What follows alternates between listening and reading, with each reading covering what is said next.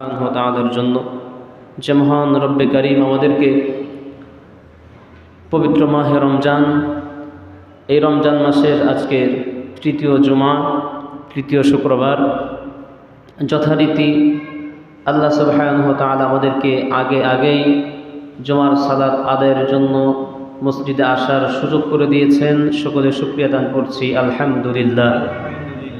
লাখো কোটি দুরুদ ও সালাম বর্ষিত হোক বিশ্ব মানবতার মুক্তির দূত সাইয়্যিদুল মুরসালিন, আখিরি নবী, বিশ্ব নবী জনাবে মুহাম্মদুর রাসূলুল্লাহ সাল্লাল্লাহু আলাইহি ওয়াসাল্লাম।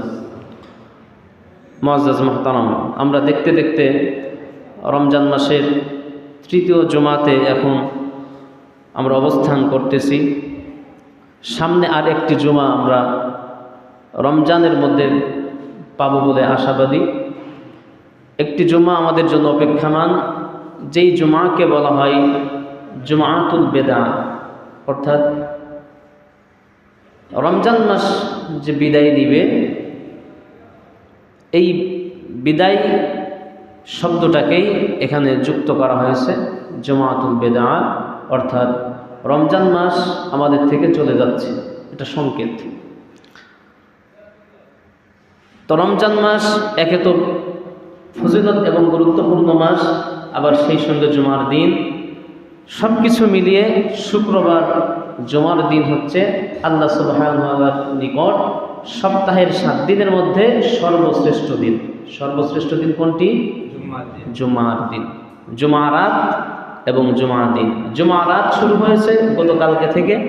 সূর্য যখন অস্তমিত হয়েছে, বৃহস্পতিবার সূর্য যখন অস্তমিত হবে, সেখান থেকে নিয়ে শুক্রবার সন্ধ্যা সূর্য অস্তমিত হওয়ার পূর্ব পর্যন্ত জুমারাত এবং জুমা দিন।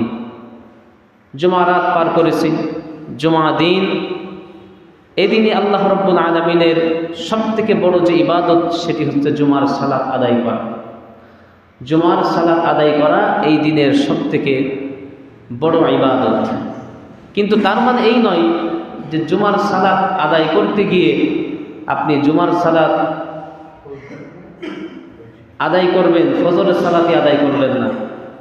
কেউ যদি ফজরের নামাজ না আদায় করে জুমার সালাত আদায় করতে আসে, যদি করে, সে জুমার দিনের যে ফজিলত ছিল, সেই ফজিলত সে কখনোই লাভ করতে পারবে না।